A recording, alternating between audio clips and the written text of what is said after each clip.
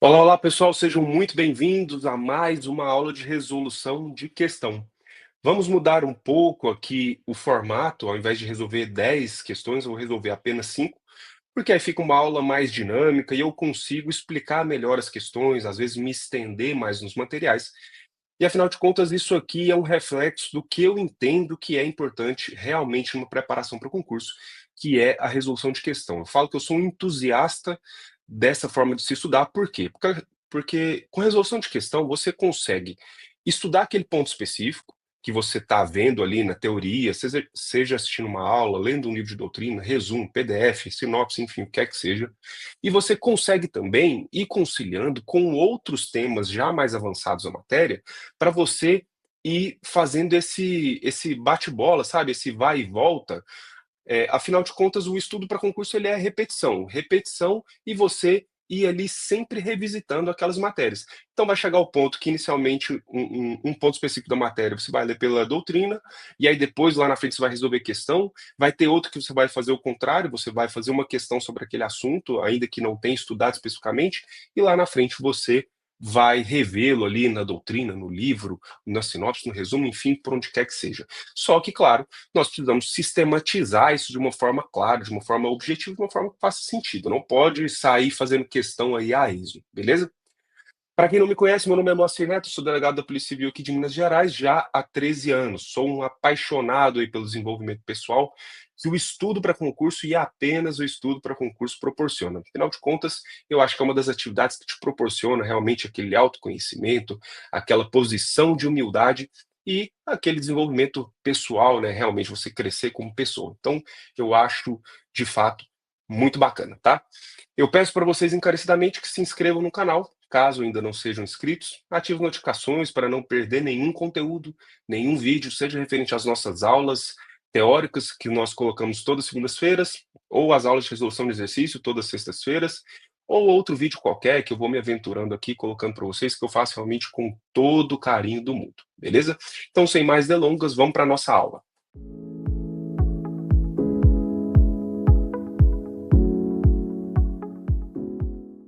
Então vamos lá, pessoal. É a nossa oitava aula de resolução de exercício e nós estamos fazendo questões a respeito do fato típico, que é o primeiro substrato do conceito analítico de crime. E vocês vão perceber, principalmente quem está fazendo ENAM, quem está fazendo prova, vai fazer a prova agora para a Polícia Civil de Minas Gerais, prova para juiz, especificamente, que muitas delas são FGV, então vocês vão perceber que esse é um tema muito caro para a FGV, que a FGV gosta bastante e geralmente traz em forma de caso concreto, que é realmente ali o estilo da FGV. Muitas vezes traz um caso extenso que vai vencer o candidato, se for ali no meio, final da prova, mais pelo cansaço do que efetivamente pela ausência daquele conteúdo específico. É por isso que eu falo que quando você for resolver uma prova, quando você for fazer uma prova, você tem que ter uma estratégia bem definida ali para você fazer. Você tem que estar equilibrado ali naquele ponto ótimo para resolver. Nem tão ansioso a ponto de você errar uma besteira, mas também nem tão cansado a ponto de você errar ali uma coisa que não devia e não podia errar, beleza? Então vamos seguindo aqui com a nossa primeira questão, e eu estava falando prova para magistratura aqui do juiz do prova para juiz de Pernambuco, aqui 2024. Vamos lá. E ele traz aqui um caso concreto extenso, né? Alberto, depois de se embriagar voluntariamente em um bar. E só um parênteses aqui, pessoal. Eu acho engraçado essas questões da FGV pelo seguinte questão, seguinte ponto, né? Ela traz várias informações e muitas vezes as informações que você fica atento, ela não vai servir para você resolver aquela questão específica. Só que você está lendo, aí você corre, você anota, você faz isso, faz aquilo, e às vezes no final nem vai pedir. E às vezes é o que vai cansando, vai minando o candidato. Então, concentra aqui. Alberto, depois de se embriagar voluntariamente em um bar, vai para casa, situada em uma vila residencial com habitações padronizadas. Então era tudo igual. Então você já se ambientou ali no que era. Chegando à vila, confunde a casa da vizinha, Bianca, com a sua, e ali ingressa, aproveitando-se de que a porta, embora fechada, não está trancada. Ato contínuo, dirige-se para o quarto, onde, após se despir, se deita na cama, acreditando que a mulher ali dormindo seja sua companheira. Né? Perceba que esse é um caso bem corriqueiro, né? Bianca acorda à noite e, ao perceber um homem nu dormindo ao seu lado, começa a gritar, despertando Alberto, que, assustado e sem entender bem o que está acontecendo, rapidamente se veste e deixa o local correndo. Diante do caso narrado, Alberto. Aí ele quer que você veja se o Alberto praticou ou não um crime, qual que seria. Alternativa A, não cometeu crime. B, cometeu o crime de ato obsceno. Essa aí a gente já cortaria, né? Alternativa C, cometeu o crime de importunação sexual. Alternativa D, cometeu o crime de violação de domicílio. Alternativa E, cometeu os crimes de violação de domicílio e importunação sexual. Beleza. Pessoal, vamos analisar aqui com cuidado. Crime de violação de domicílio. Vocês concordam aqui que teve um erro de tipo? Ele não sabia, não tinha, né, ele teve uma falsa percepção da realidade de que se tratava de uma casa alheia, de uma casa de outra pessoa. Ele não sabia disso, então ele incorreu em erro de tipo, violação de domicílio. O erro de tipo fala o seguinte, olha, se o agente ele incorre em uma conduta em erro de tipo, e esse erro de tipo ele é invencível, né, ou seja, excusável, esse erro de tipo exclui o dolo, tá? Exclui o dolo, mas permite a punição se for, né, se for um erro inexcusável, permite a punição a título de culpa. Só que para permitir a punição a título de culpa, aquele crime específico, aquela conduta específica, tem que estar prevista no ordenamento jurídico como crime culposo, o que não é o caso da violação de domicílio. Vocês vão perceber lá no artigo 150 do Código Penal que não existe a modalidade culposa desse crime. Então, ele não responderia por violação de domicílio. Nós já eliminaríamos todas as alternativas que trazem essa opção, beleza? Agora, outra questão. Violação, aliás, importunação sexual. Olha, vejam vocês que, em razão da sua falsa percepção da realidade, ele não teve qualquer ciência de cometer aquela conduta. Se ele não teve dolo, exclui-se o fato típico. Excluindo-se o fato típico, que é o primeiro substrato do conceito analítico de crime, exclui-se então o crime. A alternativa correta é a letra A. Ele não cometeu crime algum. Beleza? E aí deixei para vocês aqui no material o artigo 20, que trata do erro de tipo, o artigo 150, que é o crime de violação de domicílio, e aí percebam vocês que a falsa percepção da realidade se deu com relação a uma elementar, a elementar da casa alheia. E o crime de importunação sexual, 215A, sem a sua anuência. Ele também não tinha, ele não tinha ciência, né, de que aquela mulher, ela se é, é, ela não daria aquele consentimento, né, para que ele se deitasse nu na cama. Afinal de contas, ele sequer sabia que ele estava na casa de outra pessoa. Beleza? Agora, com certeza, quando o Alberto chegou em casa e tentou explicar isso aí para a mulher, eu acho que a mulher, apesar de não ter tido o crime, foi um ilícito conjugal, né? Então ele, de fato, sofreria as consequências. Beleza, pessoal, vamos para a segunda questão. E também da prova de juiz aqui do Pernambuco, e vocês vão ver que essa prova específica, quem tiver curiosidade de pegar esse material para resolver depois, vocês verão que tiveram várias questões sobre esse primeiro substrato do crime. Então é muito importante a gente estudar o fato típico. Então vamos lá. Mais uma questão extensa aqui, né? Um caso concreto. Vamos ler aqui juntos. Elmo adquire com intenção comercial 15 pinos de cocaína, que leva para um terreno baldio, onde os mantém em depósito, e passa a vendê-los sem autorização e em desacordo com determinação legal regulamentar, colocou isso para se adequar ali à conduta típica, né? Conforme usuários de droga o abordam e lhe fazem os pedidos. Por meio de um drone, a polícia monitora a ação criminosa de Elmo, decidindo um dos policiais se passar por usuário, a fim de prendê-lo em flagrante. Ato contínuo, o policial, disfarçado de usuário, procura Elmo e lhe solicita 20 pinos, indo Elmo até o local onde mantém a droga e voltando com a quantidade demandada. O policial paga o preço e, quando Elmo começa a lhe entregar os pinos de cocaína, identifica-se e lhe dá voz de prisão em flagrante, impedindo de concluir a venda e apreendendo a droga, inclusive aquela que ainda restava no terreno baldio. Diante do caso narrado, é correto afirmar que Elmo Letra A, não cometeu crime, pois houve flagrante esperado. Pessoal, flagrante esperado. O flagrante esperado, eu quero que vocês não confundam ele com flagrante preparado ou flagrante forjado. O flagrante preparado ou forjado é aquele em que o agente forja aquela prova, prepara aquela prova, né? Ele imputa, aliás, ele implica, né, o agente naquela conduta plantando uma prova, colocando a droga, enfim.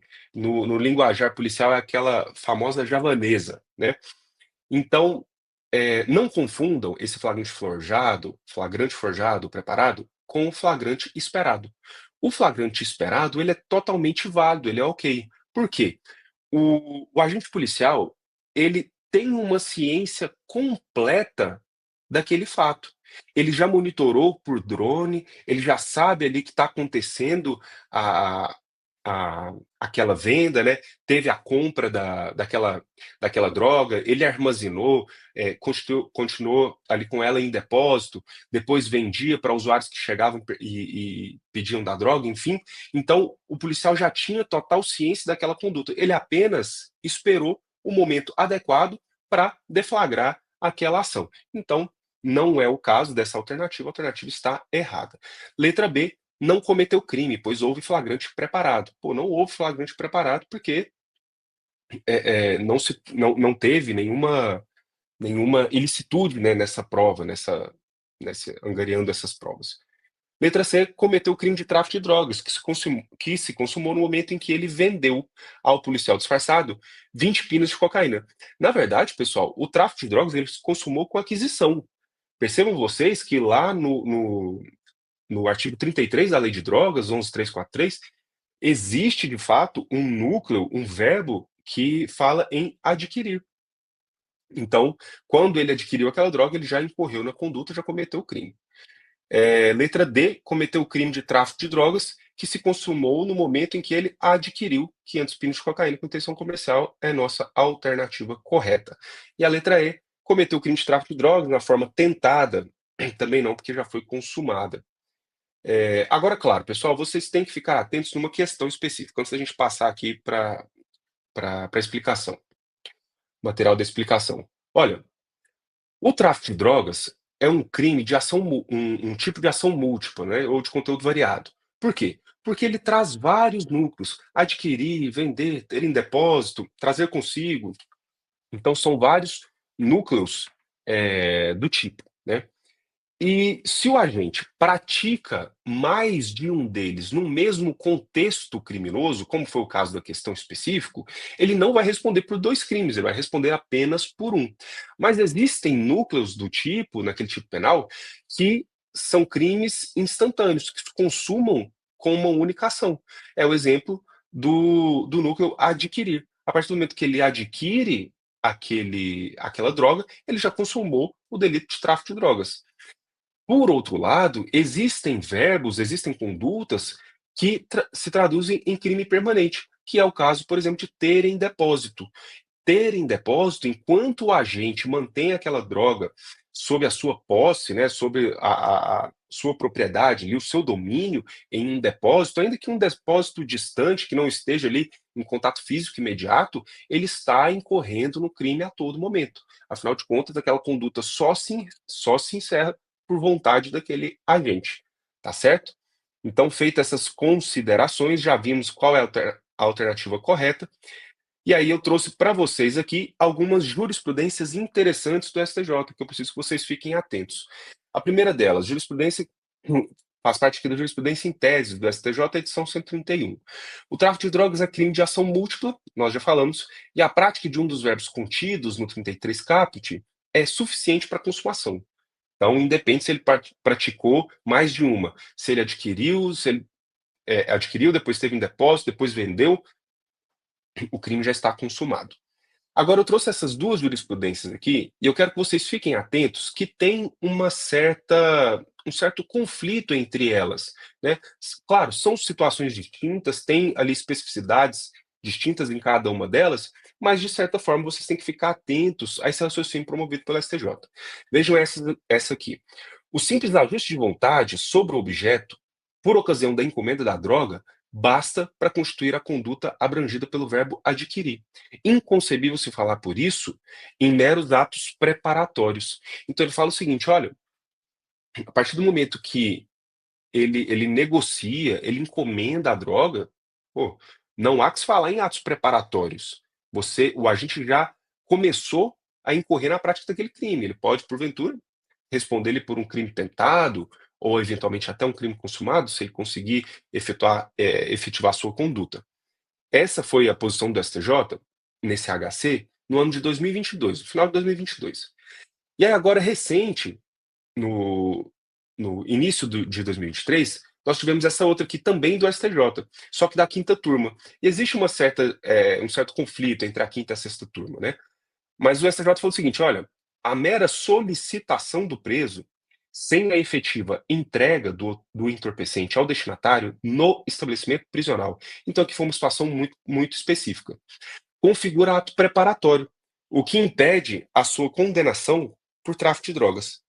O caso concreto nesse julgado específico foi o seguinte: olha, o indivíduo ele tinha ele era um detento e ele mandou uma carta para uma pessoa que estava do lado de fora pedindo para que ela entrasse com droga.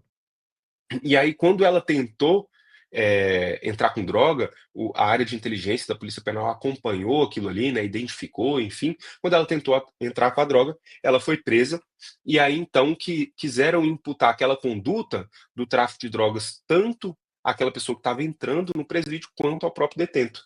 E aí, nesse caso específico, o STJ falou que não. Falou: olha, aquela pessoa que tentou entrar com a droga, essa sim, cometeu o tráfico de drogas, no final ela trazia consigo, inclusive com uma causa de aumento de pena em razão do local.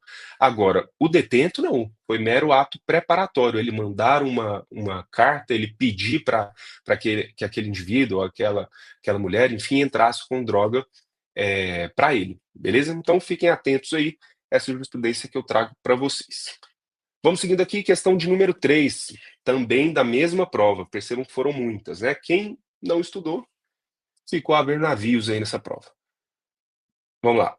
Mário, com a intenção de matar Rodrigo, então é um detalhe que faz diferença, com a intenção de matar, efetua disparo de arma de fogo a média distância. Mário, porém, tropeça no momento do disparo, atingindo Rodrigo de raspão. Então, se ele tropeça, foi aquela imperícia, um caso de aberratio ictus. Atingindo de raspão no ombro e vindo a ferir gravemente um desconhecido que caminhava pela rua. Então veja aqui que teve um aberratio ictus com resultado duplo. Atingiu tanto aquela vítima que ele queria realmente atingir, né, pegou um tiro de raspão, mas ele queria matar com o intuito de matar, e atingiu também um terceiro.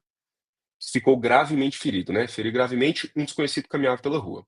O desconhecido é socorrido e considerado fora de perigo. Então, estabilizou ali, estava fora de perigo em razão do disparo. Também importante. Mas a ambulância que o levava ao hospital acaba se envolvendo em um acidente e ele vem a óbito em virtude da colisão. Sobre a responsabilidade penal de Mário, é correto afirmar que Mário responderá por. Pessoal, isso aqui é um caso clássico daquele artigo 13, parágrafo 1º do Código Penal. Caso de causalidade, da teoria da causalidade adequada. Percebam vocês, ficar atentos a um detalhe, muita gente costuma confundir isso. O Código Penal adota como regra a teoria da conditio sine qua non, que é aquela prevista no caput do artigo 13.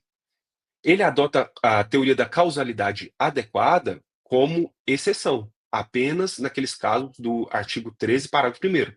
Nós vamos ver mais à frente aqui. Mas vamos analisar as alternativas. Ele responde apenas por homicídio consumado. Pessoal, ele queria matar aquele primeiro indivíduo, Rodrigo, né? Ele queria matar. Mário queria matar o Rodrigo. E Mário queria matar o Rodrigo, beleza. Mas ele não conseguiu. Rodrigo não morreu. Até aí tudo bem. Agora, com relação àquele indivíduo que ele acertou, percebam vocês que há um rompimento do nexo de causalidade, porque aquela conduta que Mário empreendeu de disparo de arma de fogo, quando atingiu o terceiro, ele já estava fora de perigo. Feriu gravemente, mas estabilizou, estava fora de perigo. Ele morreu em razão do acidente da ambulância que o levava para o hospital.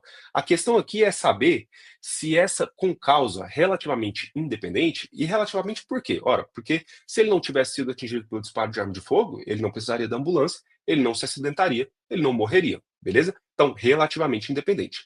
Resta saber se ela por si só produziu resultado ou não. Se por si só ela produziu o resultado, aquele resultado não vai ser imputado ao agente, né? Vamos evitar aqui uma responsabilidade objetiva.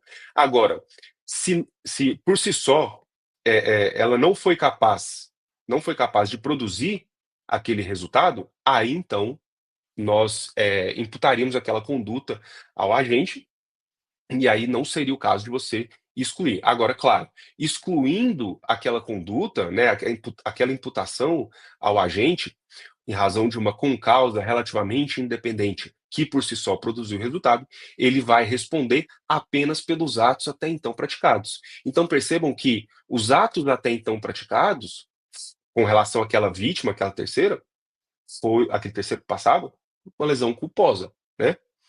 Então, beleza. Então, apenas por homicídio consumado, a gente já exclui. Por duas tentativas de homicídio, não, ele não queria matar o terceiro que passava, né? C. Por lesões corporais culposas em concurso formal com homicídio consumado, também não, né? Afinal de contas, o Rodrigo, né, não morreu. D. Por lesões corporais culposas em concurso formal com homicídio tentado. Beleza, é a nossa alternativa correta. Lesões corporais culposas com relação ao terceiro que passava em concurso formal com homicídio tentado. Por quê? Porque ele quis atingir, ele quis matar, mas por circunstâncias alheias à sua vontade, aquele escorregão, ele não conseguiu concluir seu intento. E nesse caso, pessoal, essa tentativa aqui, ela é uma tentativa cruenta, vermelha ou incruenta, branca. Nesse caso é uma tentativa vermelha ou cruenta, também chamada de cruenta. Por quê? Porque o indivíduo foi atingido, chegou-se a atingir. Pensa naquele caso em que o indivíduo ele desfere lá 6, 10 disparos contra a vítima, mas ele é muito ruim de pontaria e não acerta nenhum. Mas ele queria matar. Então ele responde por tentativa de homicídio, não consumou por circunstâncias alheias à sua vontade. Mas o objeto material, né, daquele crime, aquela pessoa em si, ela não foi atingida, então não sofreu nenhum dano, tentativa branca. Beleza? Então, pessoal, deixei para vocês aqui o teor do artigo 3, parágrafo 1º, para vocês lerem aqui e fixarem. É um artigo muito, muito, muito cobrado em provas, beleza? Vamos seguindo aqui. Questão número 4 caiu para Procurador Tribunal de Contas do DF 2024 também. Julgue o item seguinte, relativo à aplicação da Lei Penal Brasileira, classificação dos crimes aos conceitos de tentativa de concurso de pessoas e prescrição. Só o direito penal parte geral inteiro, né? Vamos lá. Qual que é o item? Caracteriza-se como tentativa branca ou incruenta a de crime que não se consuma por absoluta ineficácia do meio empregado. Pessoal, a alternativa correta, nós acabamos de falar aqui sobre o que é considerado uma tentativa branca ou incruenta, uma tentativa vermelha ou cruenta, beleza? Aquela que não se consuma por absoluta ineficácia do meio empregado é o que a doutrina chama de crime impossível, né? Crime impossível ou também quase crime, são sinônimos. E por fim, a nossa última questão número 5, caiu na prova de agente de polícia judicial do TSE, concurso recente também, 2024. João, com a intenção de subtrair um veículo, rendeu o motorista com emprego de arma de fogo. Tá. Ó, presta atenção, pessoal, vocês têm que ler essas questões com bastante cuidado e atenção. Ele falou que ele tinha intenção de subtrair, rendeu o motorista com emprego de arma de fogo, antes mesmo de ingressar no interior do veículo, ou seja, ele não tomou a posse, não teve a inversão de posse. Tá aí tudo bem? Beleza. O agente criminoso foi surpreendido pela polícia e, na tentativa de fuga, invadiu casa alheia, vindo a agredir um dos moradores. A partir da situação hipotética apresentada, julgo o item que se segue com base no Código Penal. João deverá responder por tentativa de roubo, uma vez que a subtração não ocorreu por razões alheias à sua vontade. E qual que foi a razão a circunstância, né, a razão alheia à sua vontade, foi a chegada da polícia. Então, de fato, ele não vai responder.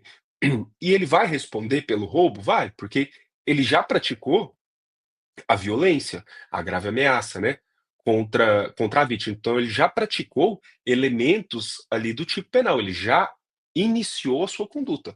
Ele só não consumou aquela conduta por uma circunstância alheia à vontade dele, né, a chegada dos policiais. E então ele foi surpreendido e depois ele foi preso, né. Então percebam vocês que a alternativa está, de fato, correta, né, verdadeira, porque ele responde pelo roubo tentado. E aí nessa questão eu quero deixar claro para vocês aqui o seguinte, olha, a súmula 582 do STJ fala claramente a respeito dessa necessidade ou não de inversão da posse. Então já é um entendimento sumulado do STJ e vocês têm que ter o conhecimento dessas jurisprudências, principalmente as sumuladas. Consuma-se o crime de roubo com a inversão da posse do bem mediante o emprego de violência ou grave ameaça. Então, quando o crime de roubo se consuma. Ainda que por um breve tempo, e em seguida a perseguição imediata ao agente e recuperação da coisa roubada, sendo prescindível, ou seja, dispensável, a posse mansa e pacífica ou desviada. Essa aí, pessoal, é a teoria da Amócio, também chamada de teoria da apreensio, que fala o seguinte: olha, para a consumação desse crime, né, do crime de furto, crime de roubo, basta a inversão da posse. Você não precisa ter ela de forma mansa e pacífica. Se o indivíduo vai lá e subtrai aquele objeto, começa a correr e já é surpreendido e preso, ele já consumou o delito. No caso específico da questão, pessoal, por que que ele responde pelo roubo tentado, se ele correu e foi preso, né, dessa mesma forma? Por um simples detalhe, ele não chegou a se apossar do bem, então ele sequer teve a posse, ele não consumou aquela conduta ali do 157 do Código Penal. É por isso que ele vai responder, no caso da questão, por roubo tentado e não roubo consumado. Diferente seria, por exemplo, se ele quiser subtrair o celular, ele foi lá, ameaçou, pegou o celular, saiu correndo, foi preso, aí tudo bem, ele responde pelo roubo consumado, que não é o caso da nossa questão, beleza? E fiquem atentos aqui com a teoria da Amócio teoria da apreensio. Nestor Távora já dizia que o pior concurso é aquele que te avalia pela nomenclatura e não pelo conhecimento, mas de fato vocês têm que ficar atentos aí a esses sinônimos. A teoria que fala que precisa dessa posse mansa e pacífica é aquela teoria chamada teoria da Ablácio. Então vocês precisam também dar uma estudada, dar uma olhada no momento de fazer a prova de vocês, beleza? Pessoal, então chegamos aqui ao final da nossa aula de resolução de questão. Agradeço imensamente o tempo de vocês e acredito que esse novo formato aqui, que a gente vai implementar para esse novo ano, de apenas 5 questões, ele fica uma coisa mais dinâmica, mais fácil de vocês assistirem. Aí já vamos matar com 28 minutos.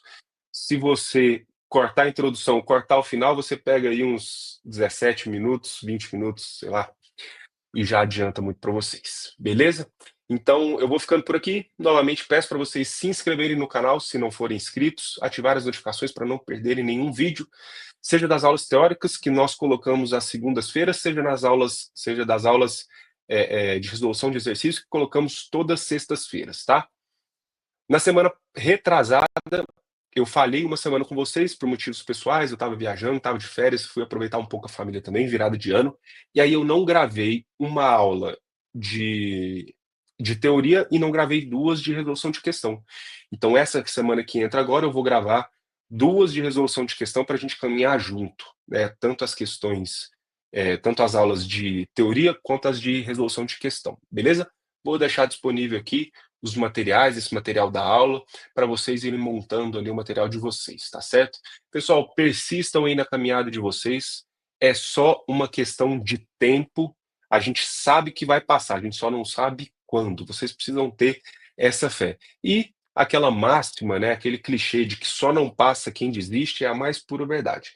E eu espero do fundo do meu coração que essa aula ajude vocês, essas mensagens que eu deixo ajudem vocês também a conseguirem mais conteúdo para poder fazer uma boa prova, mas também para persistirem no caminho, para não desistirem do sonho de vocês. E tenho certeza, pessoal, esse sonho que vocês têm de passar no concurso público, ele é válido, ele é legítimo e ele é um baita de um sonho que vocês vão com certeza conseguir realizar, tá certo? Eu espero vocês na nossa próxima aula.